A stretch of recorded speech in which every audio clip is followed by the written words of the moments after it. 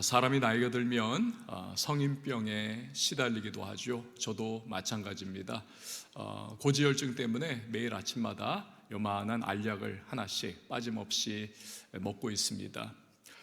저는 자몽이라고 하는 과일을 먹지를 않습니다. 왜냐하면 고지혈증 약과 이 자몽에 있는 어떤 영양 성분이 충돌을 하기 때문에 그렇습니다. 부작용이 일어나기 때문이죠. 저는 과일을 굉장히 좋아하는 사람입니다. 가끔 제 아내가 당신만큼 남자 중에서 과일 좋아하는 사람은 없을 거예요 라고 말할 정도입니다. 과일을 먹을 때마다 하나님 앞에 얼마나 감사한지 몰라요. 감탄을 하곤 합니다. 와, 우리를 정말 너무 사랑하셔서 때마다 또 계절마다 하나님은 맛있는 과일을 돌아가면서 먹으라고 이렇게 서비스를 해주시는구나, 그러면서 과일을 먹고는 합니다. 그렇지만 자몽만큼은 먹지를 않습니다. 고지혈증 약 때문인 것이죠. 암에 걸린 분들 보면요, 삶을 완전히 뜯어 고치는 모습을 보고는 합니다. 안 하던 운동을 시작을 합니다. 심지어는 참 물 좋고 공기 좋은 곳으로 시골로 내려가셔서 나 암 환자이기 때문에 꼭 여기서 나는 회복할 거야, 그렇게 삶의 터전마저도 이렇게 바꾸어버리시는 그런 분들이 계십니다. 삶도 굉장히 조심하죠. 스트레스 안 받으려고 노력을 하고, 그리고 인간관계도 조심 해가지고 막 분노라든지 막 이런 거 안 생길 수 있도록 아주 평온함을 유지하기 위해서 최선을 다합니다. 먹는 섭생도 굉장히 조심하시죠. 그래서 암 환자가 먹어야 할 것, 먹지 말아야 할 것 구분해 가면서 굉장히 챙기고, 전에는 그냥 막 먹었는데 이제부터는 정말 조심조심하는 그런 모습들을 보고는 합니다. 저는요, 이런 생각을 할 때가 있어요. 저 자신에 대한 어떤 그런 자몽 안 먹는 것도 그렇고, 암 환자분들 삶 이렇게 뜯어 고치는 분도 보면서 그 생각을 합니다. 병에 걸려도 이렇게 삶을 정말 완전히 뜯어 고치면서 뭔가 바꾸려고 하는데, 왜 우리는 복음이라고 하는 귀중한 것을 경험했음에도 불구하고 우리의 삶은 이렇게 바뀌지를 않는 것일까? 이렇게 지긋지긋하게 안 바뀌는 그러한 이유는 무엇일까? 그 생각을 하고는 합니다. 그렇지 않습니까, 여러분? 영원한 저주와 지옥 심판을 앞에 두고 우리는 그렇게 살아가던 존재 아닙니까? 근데 예수님께서 내 모든 죄와 허물을 십자가에서 대신 짊어져 주시고 죽으셨습니다. 부활하심으로 말미암아 죄와 또 모든 심판과 저주, 마귀 권세를 다 짓이겨 버리시고 우리의 삶에서 제해 주셨습니다. 하나님과 원수되었던 우리가 그로 말미암아 하나님의 백성 되었고, 심지어는 하나님의 자녀가 되지 않았습니까? 영원한 천국과 영원한 생명이 우리에게 주어진 바가 되었습니다. 더욱이 시편 23편에서 다윗이 노래했듯이 이제는 하나님께서 우리의 목자가 되어주십니다. 평생 그의 선하심과 인자하심이 정녕 우리와 함께해 주시는 것이죠. 내 간구 들어주십니다. 필요 채워주십니다. 보호해 주십니다. 동행하시고 그야말로 지상에서 영원까지 우리 하나님께서 책임져 주시는 줄 믿습니다. 이런 놀라운 선물을 받았는데, 그것도 나의 어떠한 공로나 의로움이 아니라 완전하게 전적인 은혜로 이 구원이라고 하는 선물을 받았는데, 자, 그러면 삶이 이전과는 달라져야 되지 않겠습니까? 그게 당연하지 않겠습니까? 근데 참 이상하지 않습니까? 우리의 삶을 보면 받은 바 은혜에 합당한 삶을 살아가는 모습이 별로 없습니다. 우리를 자녀되게 하신 이 영광스럽고 감격적인 복음에 합당한 삶이 과연 이 정도밖에 되지 않는가라고 참 안타까움과 답답함으로 우리 자신을 바라보게 되는 경우들이 많습니다. 대신에요, 이전과 비슷한 삶의 패턴을 그냥 유지하면서 살아가고는 합니다. 이전의 태도와 이전의 말투와 이전의 생활 방식과 이전의 가치관과 이전의 인간관계에 대하는 태도와 또 이전의 사업하는 모습, 나의 삶의 현장 속에서 그냥 그 옛것을 답습하면서 살아가는 그러한 모습을 우리가 보이고는 합니다. 제가 아는 목사님이 한 분 계세요. 얼마 동안 생활고에 좀 시달려가지고 배달을 했답니다. 택배 기사를 한 거예요. 그런데 이분이 농담 삼아 아주 웃으면서 얘기를 하시더라고요. 근데 진실입니다. 실화예요. 배달 품목이 때로는 술일 경우도 있었답니다. 하지만 뭐 그거는 어떻게 합니까? 배달하라고 하니까 해야죠. 근데 막상 그 집 앞에 딱 가가지고는 놀라는 일이 종종 생겼다는 겁니다. 이거 우리 교인인데 그래가지고는 하여튼 너무나 당황스러운 그런 일들이 있었다는 거예요. 여러분, 대체 왜 우리는 복음을 누리고 있음에도 불구하고 그렇게도 지긋지긋하게 우리는 변하지 않는 것인가요? 우리가 가진 복음이 능력이 없어서 그렇습니까? 성경은 절대로 그렇게 말을 하지 않습니다. 로마서 1장 16절 보세요. 내가 복음을 부끄러워하지 아니하노니 이 복음은 모든 믿는 자에게 구원을 주시는 하나님의 뭐가 된다고요?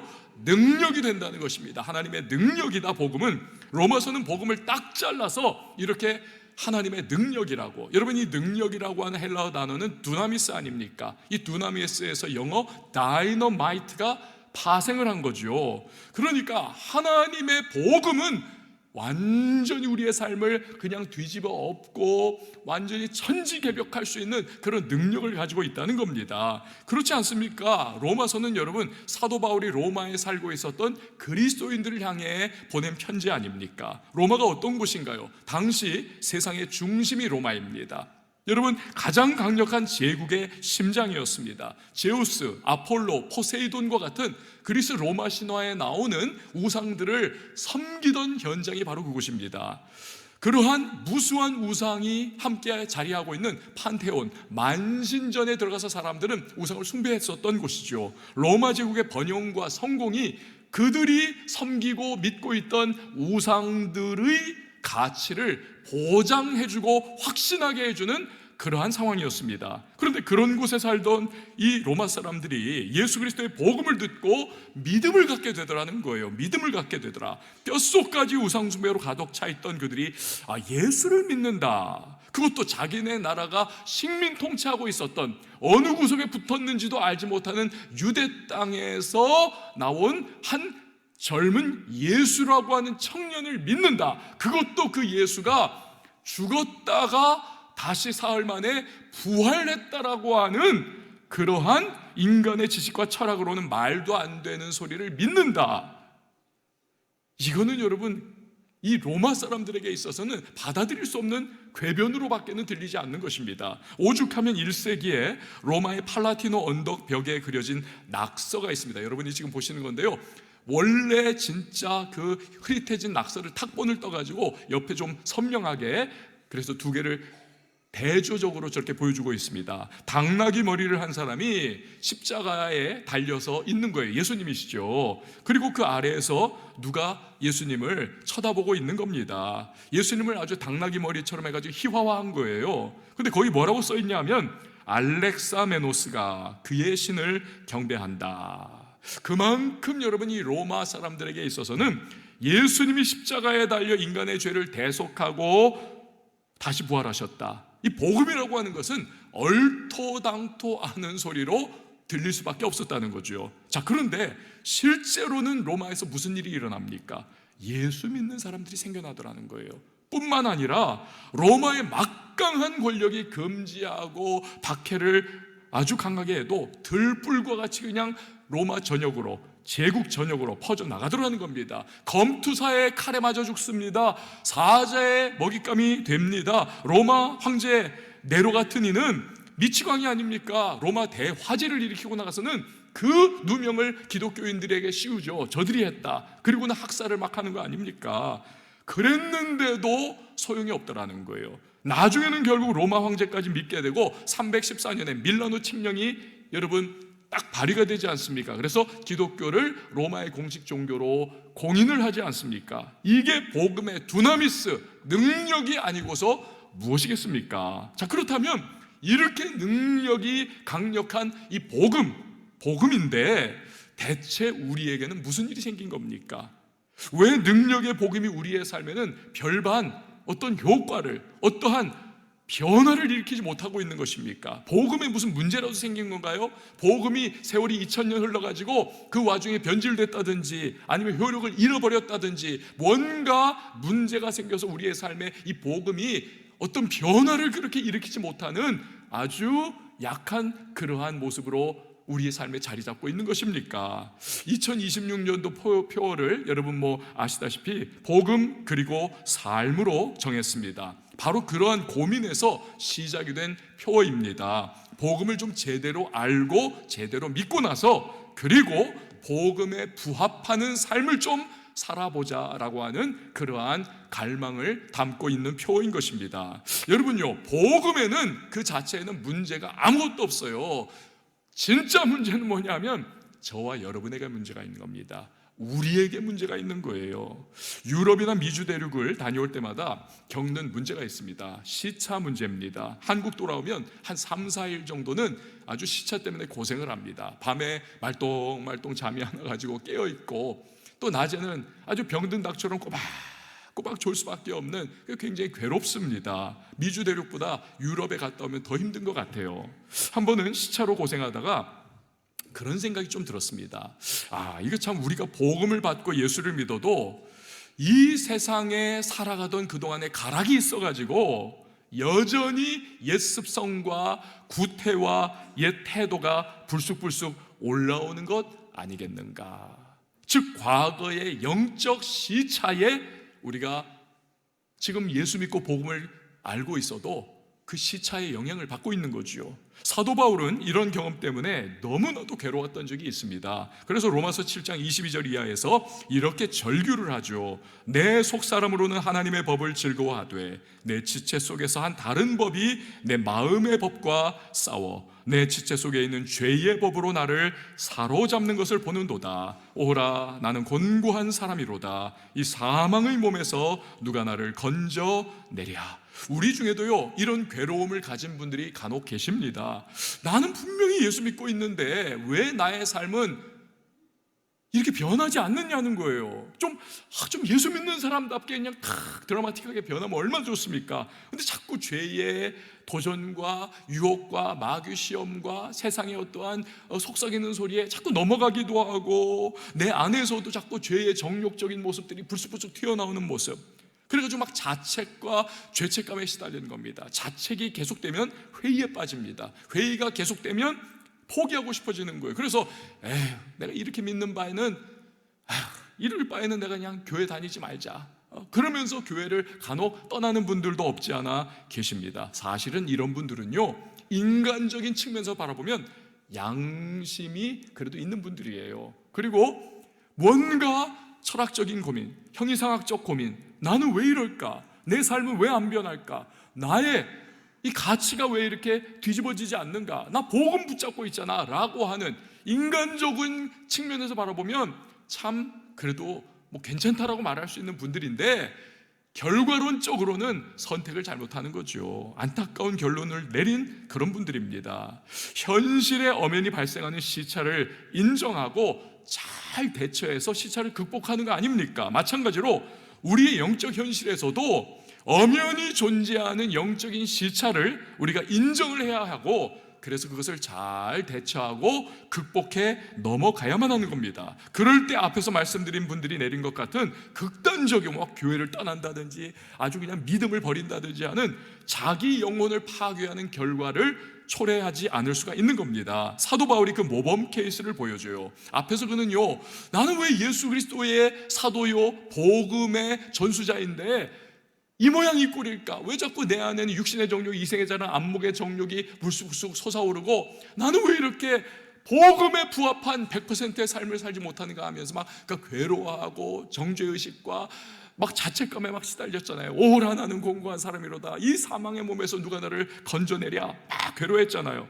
그러던 중에 그가 성령의 깨닫게 하시는 은혜로 인해서 그 고통과 고민의 해답을 발견합니다. 그게 바로 그 다음 구절인 로마서 7장 25절이에요. 우리 주 예수 그리스도로 말미암아 하나님께 감사하리로다. 그런즉 내 자신이 마음으로는 하나님의 법을, 육신으로는 죄의 법을 섬기노라. 이게 무슨 뜻입니까? 비록 영적인 시차가 존재하기 때문에 구원받고 신앙생활을 해도 과거의 옛습관과 구습과 옛생활 태도, 죄의 유혹으로부터 시달리는 것이 현실이라는 거예요. 하지만 예수 그리스도 안에 꿋꿋이 거하고 있을 때, 복음을 놓지 않고 꿋꿋이 그 안에 거하고 있을 때 성도는 결국에는 그리스도의 십자가의 은혜를 바라보면서 죄의 구습과 또 죄책감과 정죄감을 반드시 극복해내고 해방받을 수가 있다는 것입니다. 예수님이 십자가에서 나를 속박하고 있던 죄의 결박, 죄의 저주, 정죄, 이걸 이겨내시고 결박을 다 끊어 주셨기 때문에 그런 것입니다. 이 깨달음을 받고 그는요, 엄청난 감격과 감탄을 하게 되는 것입니다. 그래서 그 다음 로마서 8장에서 당당하고 담대하게 선포를 합니다. 그리스도 예수 안에 있는 자에게는 결코 정죄함이 없도다. 할렐루야. 여러분, 이 깨달음이 중요한 이유가 있습니다. 이전에는 내가 왜 이러지? 왜 여전히 죄의 유혹과 시험에 빠지지? 나는 어쩔 수 없는 인간인가? 이러면서 죄와 세상과 유혹과 마귀의 도전 앞에서 맞서 싸우는 것을 아예 포기하고 그냥 노예처럼, 종처럼 끌려다니기만 했던 그런 모습이었습니다. 그러면서 어차피 안 되는데 그냥 이 모양 이 꼴로 살아야 하나 보다, 캐싸라세라, 되는 대로 그냥 살자, 그러면서 그냥 질질 끌려다녔어요. 하지만 예수님께서 죄의 저주와 결박을 끊어주셨다는 것을 깨닫자 이제는 반응이 달라지는 겁니다. 찬양에 나오듯이 죄의 저주 끊으신 주께 구원이 또다, 주 예수 나의 산소망이라고 외치면서 이제는 과거와는 달라요. 죄의 결박을 끄는 자유인의 모습으로 죄의 도전에 맞서 싸울 수도 있고 죄의 유혹을 뿌리칠 수도 있고 죄를 얼마든지 극복하면서 승리해 나갈 수가 있는 것입니다. 할렐루야.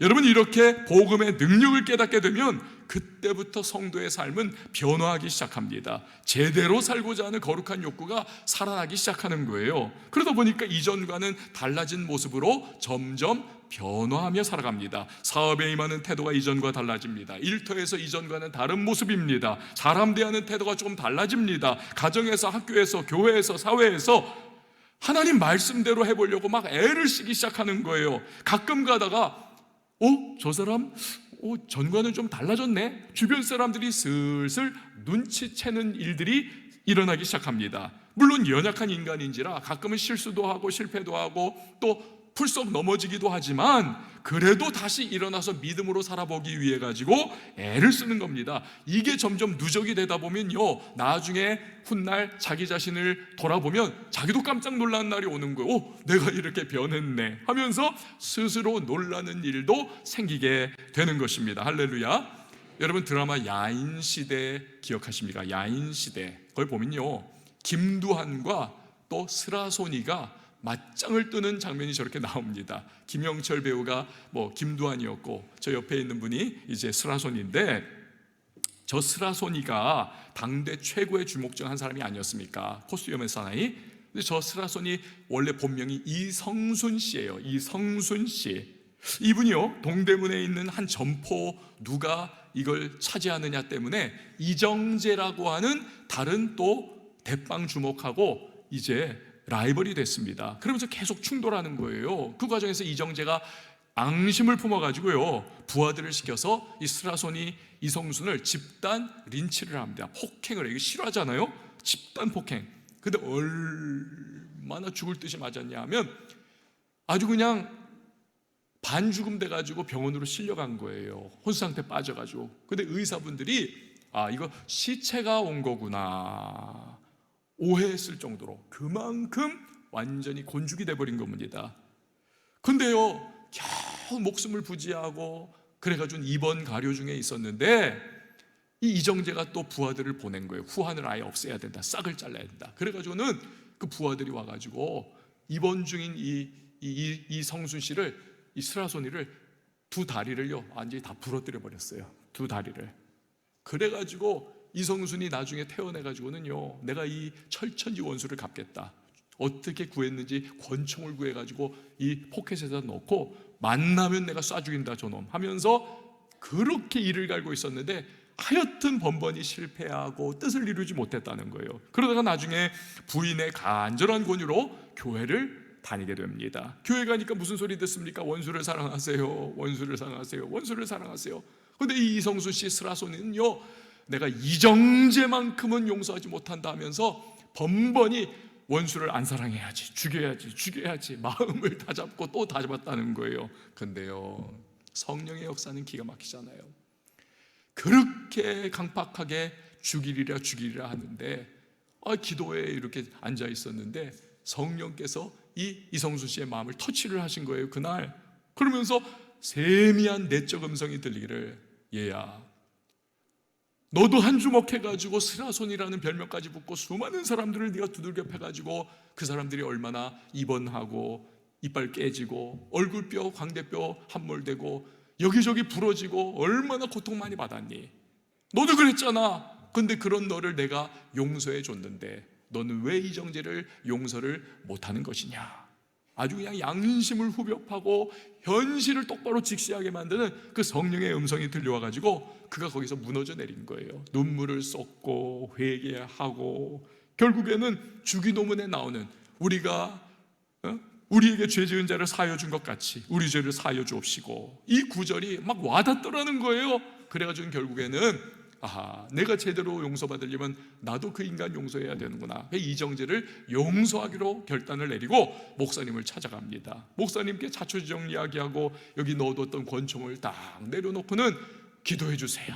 그리고는 목사님의 기도를, 간절한 그 기도를 받고 그 문을 나섰는데, 그 용서 못했을 때는 막 이갈리고 살아도 산 게 아니고 막 혈기만 남아있었는데 그 용서하고 기도받고 나오는데 막 날아갈 것 같은 가벼운 마음이더라는 거예요. 그러면서 그때부터 이성수 씨 스라소니의 인생이 180도 바뀌게 되더라는 것입니다. 할렐루야. 여러분, 이것이 삶을 변화시키는 복음의 능력인 줄 믿으시길 바랍니다. 오늘 우리가 읽은 본문 말씀 로마서 12장은요 그러므로 라고 하는 접속 부사로 시작을 합니다. 그러므로, 영어로는 therefore, 그러므로. 저는 이 로마서 전체에 있어서 가장 중요한 연결고리이자 가장 중요한 단어 중에 하나가 바로 이거라고 생각을 해요. 그러므로. 로마서 1장에서 11장까지는 교리편입니다. 복음이 무엇이냐. 그리고 로마서 나머지 12장부터 16장까지는 실천편입니다. 그 교리를 어떻게 살아낼 것이냐예요. 너희가 이러이러하게 구원을 받았지 않느냐? 그러므로 어떻게 살아야 하느냐? 이렇게 살아야 하지 않겠느냐? 이게 그 그러므로의 역할인 것입니다. 자, 그러므로 이 그러므로가 중요해요. 심지어 어떤 신학자들은 이런 말을 합니다. 기독교는 그러므로의 종교이다. 그러므로의 종교이다.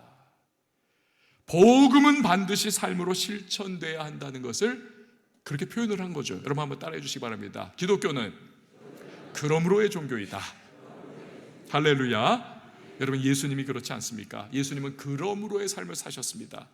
예수님이 우리를 이 땅 가운데 저주와 형벌과 지옥 백성의 길을 걸어가고 있던 우리를 사랑하셨습니다. 불쌍히 여겨주셨습니다. 근데 그 불쌍히 여기는 마음, 그 불쌍히 여기는 감정만 갖고 있었다면 어떻게 됐겠나요? 우리는 그냥 지옥 백성으로 그냥 가는 겁니다. 하지만 예수님께서 우리를 불쌍히 여겨주셨고 사랑해 주셨기 때문에 그러므로 이 땅에 그가 인간의 모습으로 오셔서 33년 이후에 그가 십자가를 지시고 우리의 모든 죄악을 십자가에서 대신 짊어져 죽어주시고 사흘 만에 부활하심으로써 우리의 모든 저주를 철폐하시고 죄의 권세를 다 짓밟아 버리시고 승리하셨다는 것을 보여주신 것입니다. 이게 복음이기 때문에 여러분, 복음의 은혜를 누린 우리들 성도는 복음에 합당한, 우리도 역시 그러므로의 삶을 사는 것이 이것이 마땅한 것입니다. 그럴 때 주님이 말씀하신 세상과 세상의 빛과 소금의 역할을 우리가 감당을 해나갈 수가 있는 거지요. 한마디로 복음은 그러므로 이 부분이 없다면 여러분 반쪽짜리입니다. 근데 문제는 무엇입니까? 화석화된 복음이에요. fossilized gospel, fossilized, 화석화된 복음. 복음이라는 것은 우리 마음속에 있어요. 나 믿어! 라고 하는데 이것이 살아있질 못하다는 거예요. 그냥 화석으로 이렇게 그냥 남아있는 것처럼 생명력이 없습니다. 그래서 삶을 변화시키지 못해요. 이런 화석화된 복음이 이게 심각한 것은 우리가 믿는, 그리고 우리가 혜택을 받은, 너무나 영광스럽고 귀한 이 복음을 값싼 복음으로 만들어버린다는 것입니다. 에이, 저까짓 게 무슨 예수 믿는 거냐? 저 따위로 믿으면 나 교회 안 가? 나 예수 안 믿어. 이렇게 손가락질 받는 거예요. 믿는 우리 스스로도 화석화된 복음이 내 안에 그냥 자리 잡고 있다면 복음에 대한 자신이 있을 수가 없는 겁니다. 자기 삶과 아울러 세상에도 전혀 영향을 끼치지도 못합니다. 그냥 우리끼리 모여가지고 그냥 우리끼리 여기가 좋사오니 하면서 토끼굴 속에 기독교와 같은 모습으로 그렇게 지낼 수밖에 없는 것입니다. 여러분, 정말 우리가 믿는 복음이 그렇게 능력이 없나요? 그렇지 않습니다. 여러분, 복음은 로마를 뒤엎는 능력을 가졌습니다. 복음은 대한민국을 뒤집어 엎는 능력을 가졌습니다. 복음은요, 전 세계 26억 인구를 예수 믿게 하는 능력을 가지고 있는 줄 믿으시길 바랍니다. 그래서 복음이 들어간 곳마다 영혼이 구원을 받고 인권이 신장을 하고 문맹률이 퇴치가 되고 여러분 가난이 사라지고 문화가 변혁이 되었습니다. 복음은 두나미스, 하나님의 능력을 가지고 있는 것이 복음인 줄 믿으시기 바랍니다. 근데 왜 이러한 두나미스 능력의 복음이 현재 우리의 삶을 뒤집어 엎지는 못하는 것인가? 여러분, 목욕 좋아하시나요? 저도 목욕을 좋아합니다. 그래서 겨울에는 제가 가고 싶은 그 온천이 하나가 있어요. 멀지는 않아요. 근데 알려주진 않을 겁니다. 만날까봐. 그 물에 탁 야외 노천탕에 들어가가지고 이렇게 뜨끈한 데서 눈발이라도 날리면 여기 막 눈이 탁 이렇게 되면 얼마나 힐링이 되는지 모릅니다. 근데 우리가 목욕을 좋아하는 게 이게 우리 민족성 안에 DNA로 각인이 되어 있는 것 같아요. 보니까 이 기록을 보니까 삼국시대부터 우리가요 목욕을 굉장히 좋아했습니다. 그래서 삼국시대 때 신라에서는 야외 공동 목욕탕이 큰 대목욕탕이 아주 많이 있었답니다. 그리고 귀족들은 자기 집에 자기들만의 개인 목욕탕을 가지고 있었답니다. 그러던 것이 이제 고려 시대로 넘어오면서는 이게 더 확산이 됐습니다. 그래가지고 오죽하면요 고려 사람들이 목욕을 너무 좋아해가지고 송나라 사신 서긍이라고 하는 분이 쓴 책에 보면 고려 사람들은 하도 목욕을 좋아해서 하루 한 번이 아니라 하루에 서너 번씩 목욕을 하더라, 그러한 글을 써놓기도 했다는 것입니다. 근데 그러던 것이 조선시대 유교가 들어오면서 목욕 문화가 쪼그라들고 말았습니다. 왜냐하면 그 유교는 옷을 벗는다 이런 것 개념을 아주 천하다라고 여겼기 때문에 그렇습니다. 근데 인간 사회는 언제나 여러분 정수만 있는 거 아니지 않습니까? 꼼수도 있지 않습니까? 꼼수가 있어요. 꼼수가 등장을 했습니다. 아무리 조선시대라 할지라도, 아무리 유교가 목욕을 천하게 여긴다 할지라도 옷을 벗어야 되기 때문에 그때 등장한 꼼수가 뭐냐면 목욕은 되게 하고 싶으니까 선비들이 아예 가 쓰고 도포 입고 물속에 들어간 거예요. 그래가지고는 뜨끈뜨끈하게 목욕을 하고 나오면서 우린 그래도 옷 입었어 하면서 그렇게 이야기를 했다는 것입니다. 여러분, 얼마나 이게 눈 가리고 아웅식입니까? 왜 이 이야기를 드렸냐면 복음을 깨닫고 은혜로 구원받은 우리도 그런 모습이 없지 않아 있더라는 것입니다. 신앙생활 오래 했습니다. 근데 삶은 여전히 세상 방식 그대로 흘러가고 있습니다. 구원은 그저 먼 천국에 국한한 것일 뿐 오늘 내 삶의 구원이 작용을 하지 못하는 거예요. 구원받기 이전 그 모습 그대로 사업하고, 구원받기 이전 인간관계 그대로 가지고 있고, 구원받기 이전에 그냥 성격 그대로 살아가고, 구원받기 이전에 가정생활 그대로 하고, 구원받기 이전의 모습으로 자녀 양육 그대로 하는 거지요. 그 상태 그대로 교회 생활도 합니다. 그래서 교회가 여러분 세상의 습관과 구태가 가득해 있어요. 세상 방식으로 교회가 돌아갑니다. 그러면서도 주변 교인들이 너도 나도 다 그냥 그러려니 하고 있으니까 교회에서 그렇게 생활해도 되는 줄 착각을 하고 있는 거예요. 그래도 나는 구원받았어, 스스로를 위로하면서 말입니다. 하지만 복음의 능력은 삶에서 실종되어 버리고 만 것입니다.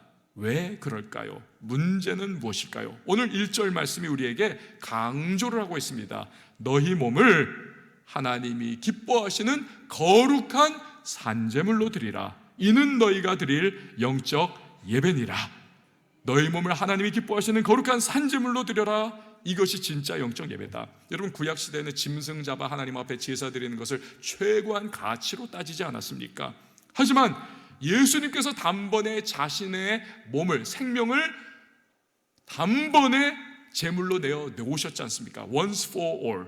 단번에 우리를 위한 예수님께서 속죄의 양이 되어주시고, 그래서 이제부터는 우리는 짐승 제사를 드리지 않아요. 그럴 필요 없어요. 예수님이 제사를 완벽하게 다 성취해 주셨기 때문에 그렇습니다. 그러므로 이제 우리는요, 짐승 제사가 아니라 우리 자신의 몸, 다시 말해서 삶을 산제물로 하나님 앞에 계속해서, 이거 현재 진행형, 계속해서 우리가 드리면서 하나님을 기쁘시게 해야 한다는 것입니다. 하나님을 기쁘시게 해야.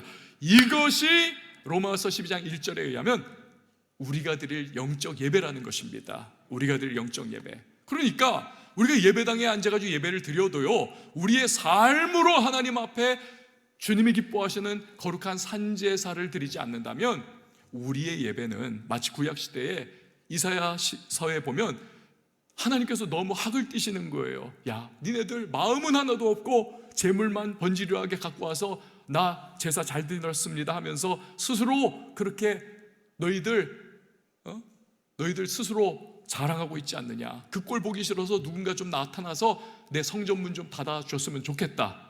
이게 우리의 모습도 될 수 있는 겁니다. 삶은 완전히 붕괴해버렸어요. 삶은 복음과 전혀 상관없이 살아가면서 예배당 나와가지고 우리가 예배 드리는 것만으로 내가 신앙생활 다 했다 생각하면 하나님께서 그걸 기뻐 받으시겠느냐? 그게 진짜 영적 예배가 되겠느냐? 산 제물로서 드리는 내 삶이 되어야 기뻐하시는 영적 제사가 될 수 있다라는 것입니다. 그래서 이 부분을 해결하기 위해서 2절이 등장하는 거예요. 죄 가득한 이 세대를 본받지 않아야 한다는 것이고, 마음을 새롭게 함으로 변화를 받아야 한다는 것이고, 그럴 때 하나님이 기뻐하시는 것이 무엇인지를 잘 깨달아 알게 되어서 그 길을 걸어가게 된다는 겁니다. 그런 삶을 살 수 있다는 것입니다. 복음에 합당한 삶을 살아갈 수가 있게 된다는 것입니다. 할렐루야. 여러분, 이것이 쉬울까요? 아니요, 절대로 쉽지 않습니다. 성도의 삶이 믿음으로 살아가야 한다는 것을 강조하는 히브리서 12장 4절 말씀 보면요, 아주 치열합니다. 너희가 죄와 싸우되 아직 피 흘리기까지는 대항하지 아니하고. 그러니까 이 말은 뭐예요? 우리가 죄와 싸우되 맞짱 떠서 싸워야 된다는 것입니다. 맞짱 떠서 대충 섞여서 가는 것이 아니라 죄와 맞짱 떠가지고 싸워야 한다는 것입니다. 그러면 마귀를 대적하라, 너희를 피하리라는 말씀과 같이 얼마든지 우리가 죄의 유혹과 도전을 극복하고 승리할 수 있다는 것입니다. 구원은 여러분 전적인 은혜로 주어집니다. 왜냐하면 우리에게는 스스로를 구원할 수 있는 능력이 전무하기 때문에 하나님이 구원은 선물로 우리에게 주시는 겁니다. 그러나 복음 이후의 삶은 우리가 죄와 피 흘리기까지 싸우면서 복음에 부합한 삶을 구현해내야 한다는 것입니다. 버겁죠, 힘겹죠. 하지만 우리에게는 언약의 말씀이 있습니다. 무엇입니까? 내가 너희와 영원토록 함께 있으리라 말씀하셨습니다. 그렇습니다. 성령이 우리와 동행해 주신 줄 믿습니다. 그래서 성령께서 우리와 동행하시면서 복음에 부합한 삶을 살기 위하여 죄와 싸우고 세상에 하나님을 대적하는 악한 권세와 문화에 도전하여서 우리가 믿음의 길을 걸어나가고자 할 때에 우리에게 힘 주시고 능력 주시고 은혜 주시고 공급해 주시고, 우리에게 에베소서에서는 성령의 전신갑주 입혀주셔서 우리로 말미암아 마귀를 이기고 죄를 이기고 내 육성을 이기고 세상을 이기며 살아갈 수 있는 복음에 따른 삶을 살 수 있도록 얼마든지 성령께서 우리에게 힘을 더하여 주신다는 것입니다. 여러분, 올 한 해, 그렇기 때문에 올 한 해 정말 한번 여러분 그리스도의 삶을, 그러므로의 삶을 여러분 한번 살아보시기를 도전을 드립니다. 에이, 뭐 사는 게 다 그렇죠. 아이고, 뭐 믿음 생활이 별거 있나요? 어떻게 우리가 100% 뭐 말씀 따라서 그냥 우리가 살아갈 수 있겠습니까? 그냥 이 정도로 사는 거죠. 뭐 여러분, 이렇게 지레 포기하지 마세요. 복음은요, 우리가 생각하는 것 이상으로 능력이 있습니다. 그리고 그 능력은요, 순종하는 자에게 강력하게 부어진다는 사실을 믿으시길 바랍니다. 우리는 혼자가 아닙니다. 예수님의 영이신 성령께서 우리와 동행하시면서 우리에게 힘 주시고 능력 주시고 은혜 주시고 피할 길도 열어주시고 우리를 붙잡아 일으켜 세워 주시는 것입니다. 그래서 우리는요, 말씀이 갈 길을 밝히 보여주기 때문에 기도 가운데 성령이 주시는 힘을 따라서 그 복음의 길을 잘 걸어가면 되는 겁니다. 내 삶을 변화시키는 복음의 능력을 여러분 한번 올해 체험해 보시지 않으시겠습니까? 복음은 단지 복음으로만 끝나지 않습니다. 주님이 우리에게 기대하시는 복음은 그리고 삶, 이 자리까지 나가야 하는 것입니다. 저와 여러분이 2026년 복음 그리고 삶, 여러분 이 차원까지 우리 도전하고 나갈 수 있기를 주님의 이름으로 축원을 드립니다. 우리 시간에 함께 찬양할 텐데요, 우리 잘 알고 있는 찬양이죠. 여러분, 우리의 모든 소망은 예수 그리스도 안에 있음을 믿으시길 바랍니다. 주님이 이루셨어요. 복음을 이루셨습니다. 내 구원을 이루셨습니다. 죄의 저주와 결박을 끊어주셨습니다. 우리는 노예가 아니라 자유인입니다. 얼마든지 선택할 수 있고 우리는 죄와 맞서 싸워 승리할 수도 있는 것입니다. 성령이 함께 하시기 때문에. 그래서 우리가 산소망 되시는 예수 그리스도, 그분을 찬양하며 오늘 우리 나아갈 수 있기를 원합니다. 깊은 절망의 수렁 가운데 주님께 닿을 수 없던 우리, 어두운 밤 중에 하늘을 향해 주의 이름 나 부를 때, 어둠을 뚫고 오신 주 사랑, 나의 절망 거두셨네. 주님의 공로 다 이루셨네. 주 예수 나의 산소와, 그 누가 주의 자비를 알아. 한없는 은혜 증량할까. 영광을 떠나 이 땅에 오신 죄가 되신 구주 예수, 주의 십자가 내게 말하네. 영원히 난 용납했네. 아름다우신 왕, 나는 주의 것 그리스도 나의 산소망. 할렐루야, 주를 찬양하여라. 할렐루야, 자유케 하셨도다. 죄의 저주 끊으신 주께 구원이 도다. 주 예수 나의 산소망.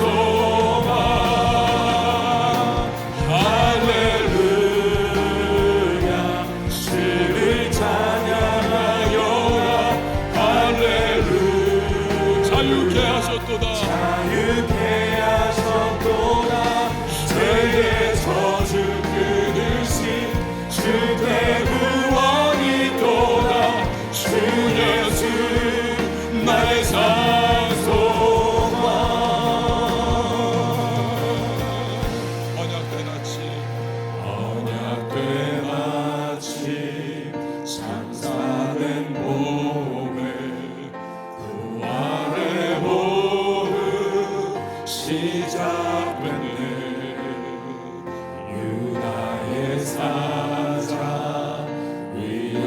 세상 선포 사랑이 무너져도 아멘.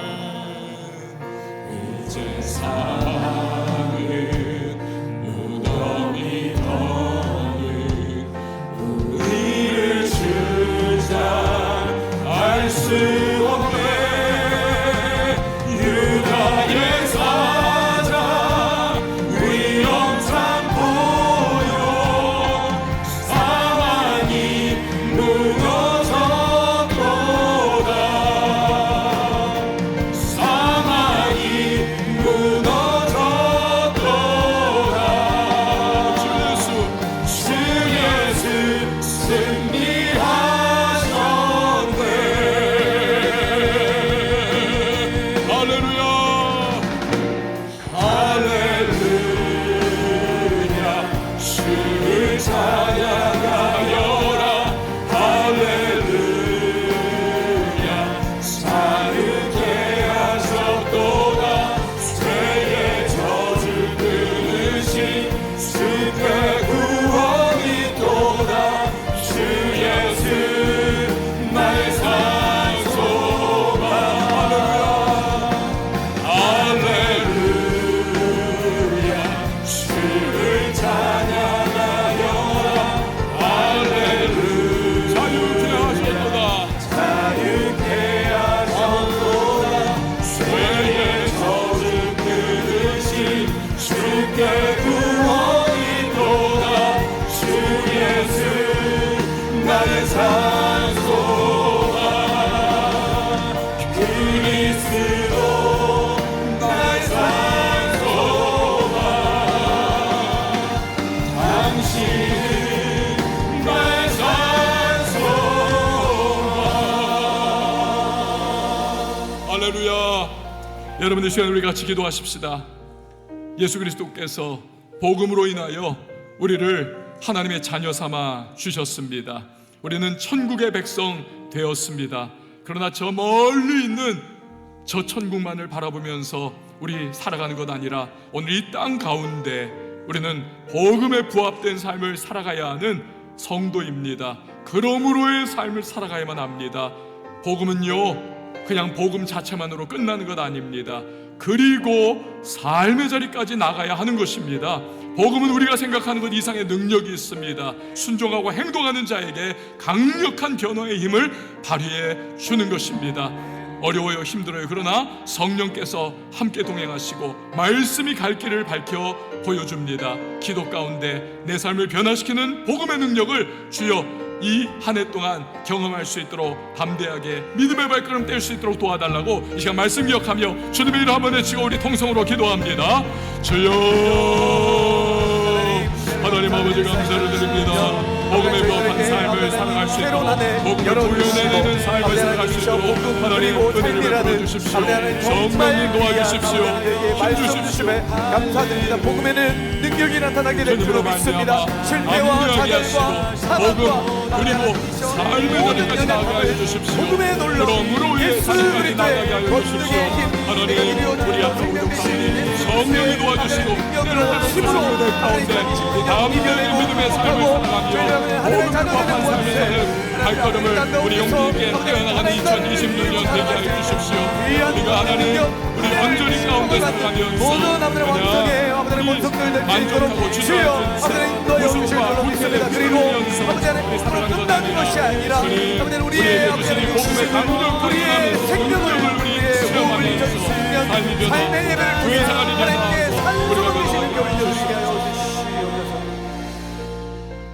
하나님 아버지 복음이 진정으로 능력이 있다면 그 능력이 우리의 삶이 변화됨으로 드러나게 하여 주시옵소서. 그러므로의 삶을 살게 하시고 복음 그리고 삶의 자리까지 나아갈 수 있는 우리 되게 하옵소서. 2026년도에 과거에 무기력했던 신앙인의 모습이 아니라 떨치고 일어나 성령의 도우심 가운데 말씀 붙잡고 우리 주님의 위대한 복음에 부합하는 삶을 사는 모든 왕성의 성도님들이 되게 하옵소서. 예수님의 이름으로 기도합니다. 아멘.